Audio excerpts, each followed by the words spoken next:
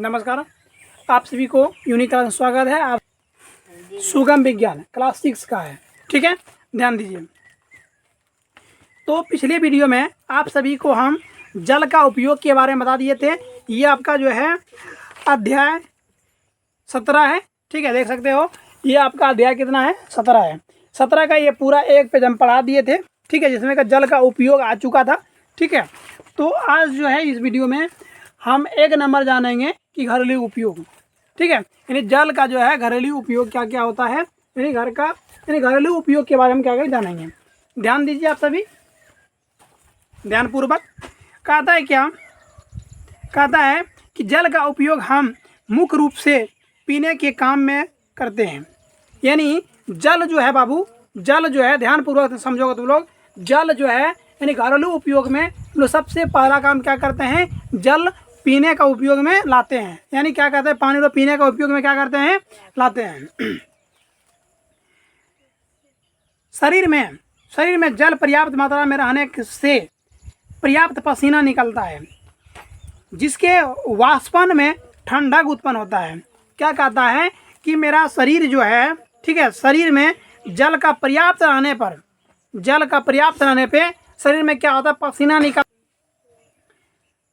कहता है कि हम जल का उपयोग खदानों को धोने में, प्रक्षालन, फर्श को साफ करने आदि में भी करते हैं। यानी क्या करता है? हम लोग सोच घर को धोने में करते हैं, ठीक है। उसके बाद क्या कहा? यानी खदानों को धोने में करते हैं। जो खदान होता है उसको हम धोते हैं। यानी इस तरह का कई क्या होते हैं? काम होता है। फर्श वगैरह कभी दोनों धोते हैं, यानी ज़मीन का पक्का वगैरह, तो उसमें भी क्या होता है? पानी का उपयोग होता है। क्या कहता है? कहता है क्या? जल आपूर्ति 1-2 दिनों के लिए रोक दी जाती है, तब हम महसूस करते हैं कि जल हमारे लिए कितना महत्वपूर्ण है। कहता है क्या कि जब हम लोग जल को 1-2 दिन के लिए रोक देते हैं तो हम लोग को पता चलता है कि जल हम लोग के लिए कितना महत्वपूर्ण है। जल का अपव्यय को रोकने के लिए हम अपने घरों में कुछ उपाय कर सकते हैं। उदाहरण के लिए मुंह धोते समय नल को खुला ना छोड़ना चाहिए। इसके बदले में 1 मग पानी से काम चलाना चाहिए। 1 बाल्टी जल से हम सुगमतापूर्वक स्नान कर सकते हैं। नल खुला छोड़ने से जल का अपव्यय होता है। क्या आप बता सकते हैं कि प्रतिदिन घरेलू कार्यों में जल की कितनी मात्रा का उपयोग होता है? इसके लिए हम निम्नलिखित प्रयोग करें। देखो बाबू, कहता है क्या कि जल को हम लोग वे से क्या करते हैं? यानी ज़्यादा खत्म करने से रोकने के लिए हम लोग क्या कर सकते हैं कि हम लोग को जब मुंह धोते हैं तो मुंह धोते रहे, मुंह धोते धोते क्या किया? नल को खुला छोड़ के निकल गया, पानी गिरते रह गया ना। पानी क्या हो गया? गिरते रह गया। जैसे स्कूल के पास, ठीक है, मुंह धो अथवा आंख धो अथवा कान धो, पानी चलते रहेगा ना, स्कूल के पास, है ना। वही कहता है कि हम लोग जब मुंह धोते हैं तो 1 मग पानी लेना चाहिए, फिर उसको बंद कर देना चाहिए ना, और 1 मग से आराम से मुंह को वगैरह धो सकते हैं, कोई दिक्कत नहीं है। फिर नहाते समय हम लोग 1 बाल्टी पानी लेके 1 बाल्टी पानी से भी क्या कर सकते हैं? नहा सकते हैं, कोई दिक्कत नहीं है। और नहाते समय क्या करते हैं? 1 बाल्टी की जगह 5 बाल्टी कुछ लोग डालते रहो, ठीक है। नहीं तो फिर क्या करो? गर्मियों के दिन में मोटर लगा के मुंडी पे रखो और बैठे रहो आराम से, पूरा कूल मिलेगा तुम ना। वो क्या होता है? पानी का वे होता है, यानी खपत होता है, यानी बर्बाद होता है, ठीक है। तो हम लोग ऐसा नहीं करना चाहिए। समझा बात को? समझी? तुम बेसी नहाती है, पानी कम उपयोग करो। तो इस तरीका बनाए, इसको क्या करना लोग देख लेना है। आगे क्या कहता है? कृषि उपयोग, फसलों की सिंचाई के लिए जल का उपयोग होता है। जल पौधों के विकसित में सहायक होता है। अन्य पौधों की भांति फसलों भी प्रकाश संश्लेषण, मिट्टी से खनिज को प्राप्त करने के लिए और पदार्थों को एक भाग से दूसरे भाग में ले जाने के लिए जल का उपयोग होता है। साथ ही पौधों मुख्यतः अपनी पत्तियों से वाष्पीकरण द्वारा काफ़ी मात्रा में जल खो देते हैं। जल की तरह जल की यह क्षति प्रस्वेदन या वाष्पो उत्सर्जन कहलाती है। ठीक है, क्या बोलता है क्या कि हम लोग जिस तरह पानी का उपयोग करते हैं उस तरह फसल को भी पानी चाहिए। ठीक है, फसलों की सिंचाई के लिए जब फसल को पटाते हैं, ठीक है, तो कैसे पटता है, पानी से ही पटता है ना। तो हम लोग क्या करना चाहिए, फसलों के उपयोग के लिए भी पानी का उसमें भी मात्रा कम करना चाहिए। ठीक है, अब उसका सिंचाई होता है, फिर जल क्या होता है पौधों में विकसित, जब पौधा बढ़ता है तो जब हम लोग जल डालेंगे तभी उसको क्या मिलेगा, अच्छी तरह से उसको वो मिलेगा, तभी वो मेरा पौधा क्या होता है, बढ़ सकता है, अन्यथा वो नहीं बढ़ सकता है। कहा था कि पौधों की भांति फसल भी प्रकाश संश्लेषण मिट्टी में खनिजों से प्राप्त करते हैं। यानी क्या करता है, प्रकाश संश्लेषण जो होता है मिट्टी से खनिजों का प्राप्त करता है।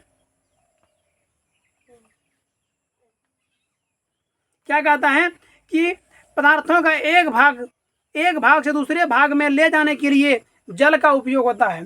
पदार्थों को एक भाग से दूसरे भाग ले जाने के लिए जल का उपयोग होता है।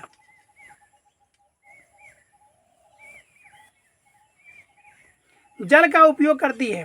तो साथ ही पौधों में मुख्यतः अपनी पत्तियां से वाष्पीकरण द्वारा काफी मात्रा में जल खो देते हैं। ठीक है, जब क्या कहता है, जिसका पत्तियां जब वाष्पीकरण होता है तो वो क्या करता है, काफी मात्रा में जल को क्या कर देते हैं, खो देते हैं।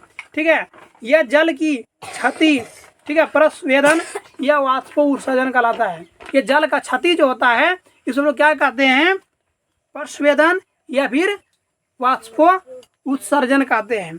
ठीक है, तो जल की यह मात्रा पौधों द्वारा अन्य प्रयोजनों के लिए प्रयुक्त जल की मात्रा में काफी अधिक होती है। क्या कहता है कि यह जल जो है बाबू, ये पौधों द्वारा प्रयोजनों के लिए, ठीक है, प्रयुक्त जल की मात्रा में काफी अधिक होता है। कहते इसके लिए किसी फसल को तैयार करने के लिए जल की विशाल मात्रा की आवश्यकता होती है। ठीक है, क्या कह रहा है कि किसी फसल को तैयार करने के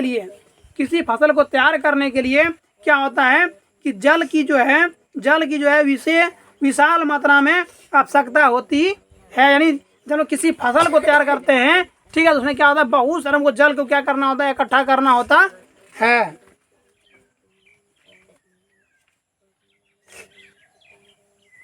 कहता है यह जानकर आपको आश्चर्य हो सकते हैं कि 1 किलो मक्का पैदा करने के लिए 350 किलोग्राम अर्थात 350 लीटर जल का उपयोग करते हैं। ठीक है, और 1 किलो मक्का को हम लोग तैयार करने के लिए हम लोग को क्या करना होता है, 350 किलोग्राम या फिर 350 लीटर जल का क्या होता है, उपयोग होता है। आदि सही तरीके से करोगे नहीं तो इसमें कितना मक्का क्या कहते हैं लीटर जल लग जाएगा पता नहीं ना। कहता कि हम कह सकते हैं कि मक्का की जल की मांग 350 है। तो गेहूं की जल की मांग 500 तथा आलू की मांग 600 है। ठीक है, 1 किलो आलू तैयार करने के लिए 600 लीटर जल चाहिए। 1 किलो क्या कहते गेहूं तैयार करने के लिए 500 लीटर जल चाहिए। ठीक है, तो इस तरह का आता है। अब नीचे आ जाते हैं, देखो ये कुछ फसल के बारे में चित्र दिया, उसको देख लेना है। फिर देखो 3 नंबर आपका है औद्योगिक उपयोग। कहता है कि उपयोग में जल का उपयोग, ठीक है, एक विलायक के रूप में, दूसरा क्या है अभिकारक के रूप में, तीसरा शीतलतक के रूप में, चौथा विद्युत उत्पन्न के लिए रूप में, और 5वां है औद्योगिक ईंधन, ठीक है, या गैस के उत्पादन के लिए। 6वां है कचरों का निपटारे के लिए किया जाता है। चूँकि उद्योगों द्वारा जल की विशाल मात्रा का उपयोग किया जाता है, इसलिए इन्हें नदी के तटों अथवा समुद्रों पर स्थापित किया। जब कोई औद्योगिक जो होता है, कारखाने जो होते हैं, उसका हम लोग जो क्या करते हैं स्थापित करता है, जो भी कारखाना सब होता है उसको स्थापित करता है, तो कोई नदी या कोई झील के किनारे स्थापित करता है। ठीक है। जो कोई औद्योगिक है, जो कल कारखाने हैं, उसका जब लोग स्थापित करता है, उसको क्या करता है, वो नदी के तट पर या फिर झील के तट पर किया आता है, क्योंकि उसको 1-2 बाल्टी पानी से काम चलने वाला है नहीं। ठीक है, 1-2 हजार बाल्टी से काम चलने वाला है नहीं। उसको क्या चाहिए, बहुत अधिक मात्रा में जल चाहिए। ठीक है, उसे क्या चाहिए, बहुत अधिक मात्रा में जल चाहिए, जो कि नदी या फिर कोई झील ही दे सकता है। ठीक है, कि उसका देखो, उसका उपयोग कहाँ कहाँ होता है। जो औद्योगिक है, जो कल कारखाने हैं, उसका उपयोग पहला तुम्हारा होगा विलायक के रूप में। ठीक, किसमें होगा, विलायक के रूप में। दूसरा होगा अभिकारक के रूप में। और तीसरा होगा शीतलता यानी ठंडा के रूप में। चौथा होगा बिजली उत्पन्न करने के लिए यानी विद्युत उत्पादन के लिए, इसके लिए विद्युत उत्पादन के लिए। पांचवा होगा औद्योगिक ईंधन या जल के गैस का उत्पादन के लिए। ठीक है, क्या कहता है, औद्योगिक ईंधन या जल के गैस के उत्पादन के लिए। पांचवा होगा, ये पांचवा ही था। छठा होगा कचरों को निपटाने के लिए, जो कचरा को हटाना है, निपटाना है, उसमें भी क्या होगा, जल का उपयोग होगा। और छठा तुम्हारा है, सॉरी ये छठा ही था। ठीक है, चूंकि उद्योग द्वारा जल का विशाल मात्रा का उपयोग क्या कहता है, जल जो है वो क्या कहता है, विशाल मात्रा में, बहुत सारा मात्रा में क्या कहता है, उसका उपयोग किया जाता है। ठीक है, कहता है कि इसलिए इन्हें नदी या तटों पर स्थापित किया जाता है। ठीक है, तो आज जो है इस वीडियो में हम लोग इतना रखते हैं, यानी 3 नंबर जो था औद्योगिक उपयोग। ठीक है, नेक्स्ट में क्या करेंगे हम लोग, जल की अवस्था के बारे में डिस्कस करेंगे। ठीक है, तो आज इसमें रखते हैं, तब तक के लिए जय हिंद, जय भारत।